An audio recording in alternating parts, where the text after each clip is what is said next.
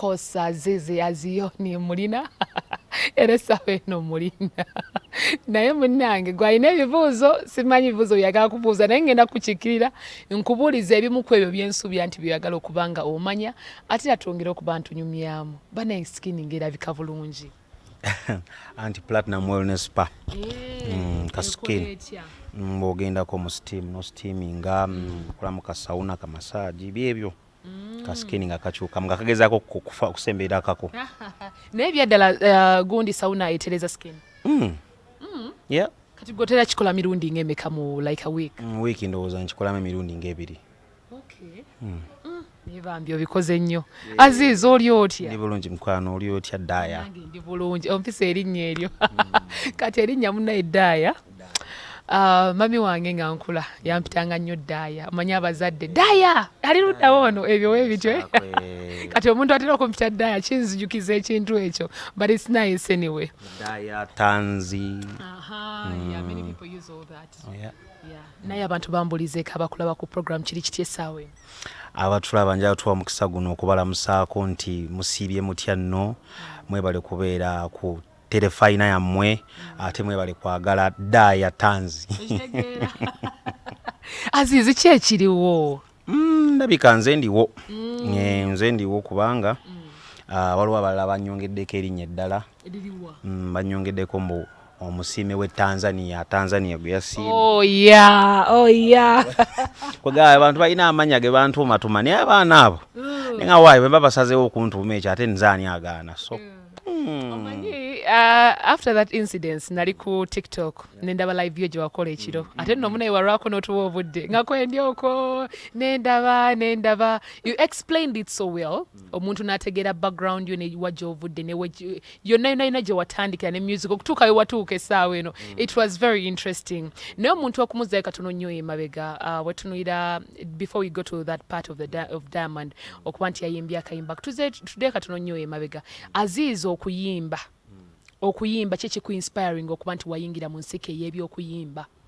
Wow, ensika y'ebyokuyimba nagitandika long time ago bwe mba nkyogera because nabitandika ndi mwana muto.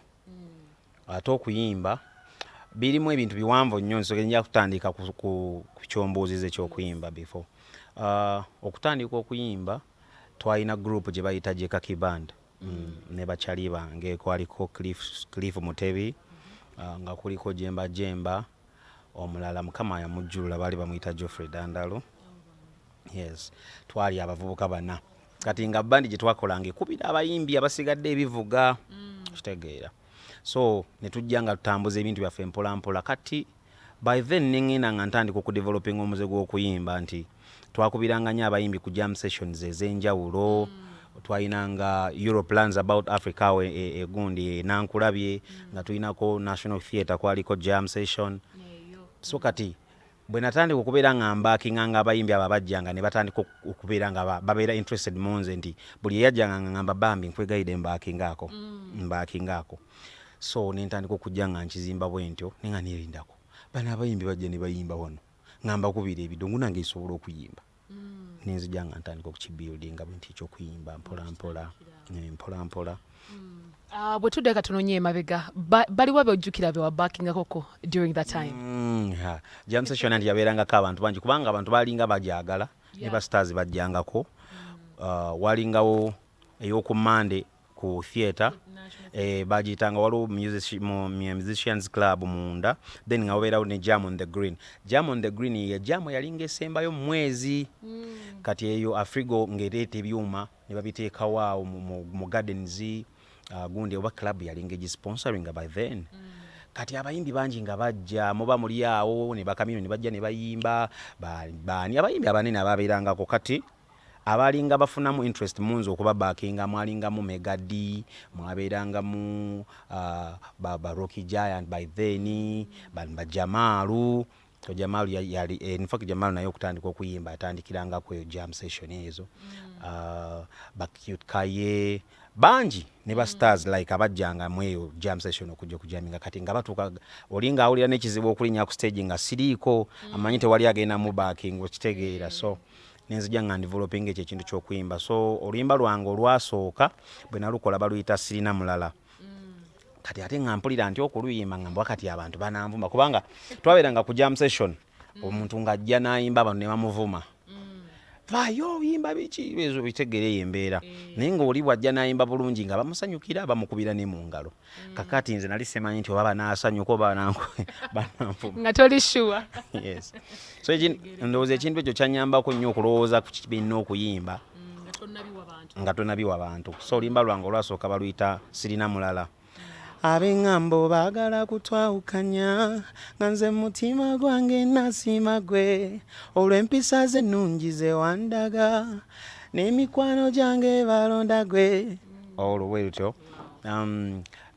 Bwe naluyimba ogwasooka ku jam kolo nali ninda kuwulira nagakolo waayo ngenda kuyimba kuba abantu abasinga obungi baali bamanyidde nnyo mu kuba ebyuma nga nkuba bukubi bivuga nenduyimba bwe namala okuluyimba engamba kati mpedde bwe nasiriikiririzaamu bwe nti nga luwedde abantu ne bakuba mu ngalo nenzisa ekiko ngamba yes okitegeera ngamba tebanvumye kitegeeza ki nti bwe wakolanga ekintu ekirungi abantu balinga ba appreciate nga so bwe wajjanga ng'oli ozenga midiyooka nga bakuwa ebibyo.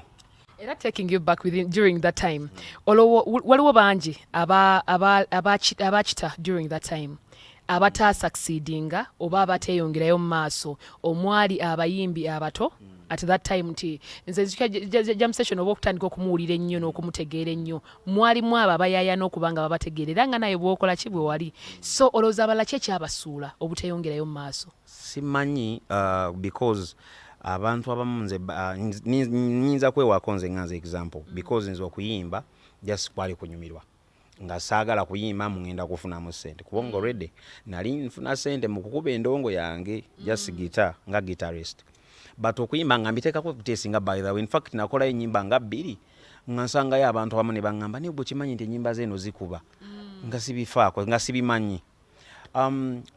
Bogezaako kuŋŋamba nti abaayitamu abasucceedinga abalala baali ne balemererwa abamu sibajjukira saagala kulimba but nzijukira ku theatre okwo ku jam session abasinga obungi mukama yabawa ne bayitamu. Yes kati nga kina Jamal Waswa oba Cutie Kaye abamoriskira baabirangawo nga bajja abalala baani beneerabidde bangi bajjanga kujja on the green okwo ne bajja ne ffe nga tubakubira ogwo omulimu gw'okukubira abantu ebidongo ffe twagukola. Wow, kale awo atuzizeeyo katono nnyo emabega naye okweyongerayo mu maaso ku nsonga ebaddewo right now ya Diamond Platnumz twalabanga mu buyimba bwonna twandisuubidde okubanga yandironze any other song naye yalonda akayimba aka Aziz Azion. First and foremost, how does it feel nga gwe omuntu ekirala wakimanyako ko nti agenda kukayimba ako as in then afterwards bw'omala okukitegeera nti akayimba kayimbiddwa, how was the feel anyway? Kyenjagala okusooka okwebaza njagala kwebaza Mutanzania oyo Diamond Platnumz kubanga ekintu kye yankoledde gwe tomanyi omanyi bw'oba okola concert obeere weetaaga ebintu bingi nnyo. Abantu abamu babeera bakunafuya bagamba tosobola abalala babeera bakola biki kati nga bw'oyogedde nti mu nnyimba zonna okitegeera yandipiikinzeyo olwiki biki naye okukakasa nti ye olwo luyimba lwategeera n'aluyimba n'akapera live okitegeera ekintu ekyo kyansanga wano by the way nali wano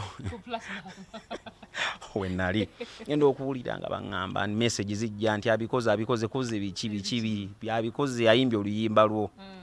Wow, nali very excited kubanga ne ku show nali sigenze eyo mwagala fine ndi fani we but ekyo kyankolera nnyo amakulu nnyo nti music ye naali mu Uganda okubanga apiikinga oluyimba lwange n'aluyimba ate n'aludedicatingira mukyala we so it was really amazing. Wakimanyako ko nti agenda kuyimba ku luyimba lwolwo? I swear to God saakimanyako wadde but era bwe baŋŋamba nti akikoze tekyali kipya kubanga yaliko musamuka video we baaka nali bali era ne Zari kulyato ko nga kuliko nono muyimbi era gwe bateeka mu Wasafi omuvubuka we bamuyita Rivani naye yaliko kulyato nga bakajamingirako kati ate eyo bali ku playback track kuba kwali ku luyimba lunyini nga mulimu n'ebigambo so bwe yakola ekyo n'engamba waawo because oluyimba olwo olaba lwakuba nnyo ng'olese okuba nga lwakuba nnyo wano mu Uganda but abatanzania bareceiving nnyo even right now kuba nfuna nnyo tags Tanzania nga baluyimba abantaginga so abatanzania oluyimba balutegeera. Should we expect a collaboration after this? Definitely ekyo tulina okikola kubanga nange kati yayongedde okunkakasa nti omusajja oluyimba alwagala bambi omulaba ng'ayimba ng'ebigambo by'Oluganda tabitereeza bulungi naye ng'olaba ng'abifiiringa okitegeera so bwe maliza okuva mu konsati yange ng'ennaku z'omwezi 4 November tugenda genda e Tanzania tumunoonyeeko tulina omunyunoonyaako. Okay, talking about collaborations still, Aziz Azion omuntu okwongera okumujjukizaayoko olina collaborations meka mu nnyimba zo? Nina collaborations oba ziringa 5. Nina collabo esooka nina ne GNL Zamba tulina in fact twakola 2 tulina olwaffe 2 baluyita nakupenda ne tubeerayo ne twakola ne project yali project baluyita True Manhood mwalimu nze GNL Zamba mwalimu Tibro kama mumuze mirembe yafuyo musajja Tibro jali sorry oliba muyita Lumix weye engulu so waliwo eyo collabo ni wabeerawo ne Grace Nakimera baagala kiki ni wabeerawo ne Leila Kayondo kankutijjise ni wabeerawo nani ndala collabo ki mama ne Morris Hassa Warrior wabeerawo collabo kyawe ezimu ne gundi mukyala Sebunya Rema namakulu lwakuba oluyimba olwo tetwalukolera video nenga abantu balu receiving nga baluyita oli wakabi kyagaana ku eyo video why ebyagaana byali biwanvu saagala kubiddamu kuba ekyo kyayita ne tukireka naye ng'ekyabimisa byaliwo ebikonge byali bingi by then ne saagala nnyo okubyogerako naye oluyimba lwo twalukola. Don't you think you can still do the video mukana kaseera? Video tusobola okugikola but ndowooza nze preferring okuba nga tusobola okukola oluyimba olulala okusinga okudda mu lukadde kubanga emitwe weegiri kyekigaana okukola ati omulala. Yes. Ate bwe twogera kuze tusuubira mukana kaseera tusuubirayo because we know I'm so sure music ompya ye waali ndi sure era abantu ogenda kubayitiramuko katono nnyo mwoyo gw'olina omupya bwe tutunuulira mu ezo ze tusuubira nti maybe ayinza okuba mu mpya ayinamu collaborations ziyinza okubaamu gye ziri bobaani abo collaborations gye ziri but saagala kuzimentioninga because njagala zibeere nga surprise because was mentioning obo ojjeewo surprise mu lugendo lwange luno olw'okukola concert yange nga 4 November ku Serena Hotel njagala kureleasinga EP.